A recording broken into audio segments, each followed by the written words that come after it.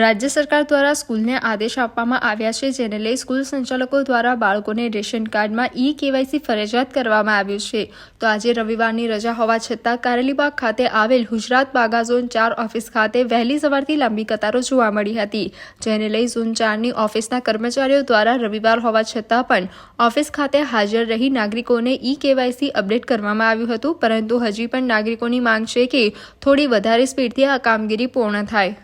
હા, આજે રવિવાર છે અને અમે એક કેમ્પનું આયોજન કર્યું છે રેશન કાર્ડમાં ઈ-કેવાયસી માટે, અને એના માટે અમે પ્રચાર પ્રસાર પણ કરેલો કે પબ્લિક વધુમાં વધુ આવે અને બધાનું ઈ-કેવાયસી જલ્દીથી જલ્દી અમે પૂરું કરી શકીએ. એટલા માટે આજે અમે એક કેમ્પનું આયોજન કર્યું છે અને પબ્લિક પણ એ રીતે આવી રહી છે અને કામગીરી પણ ચાલી રહી છે.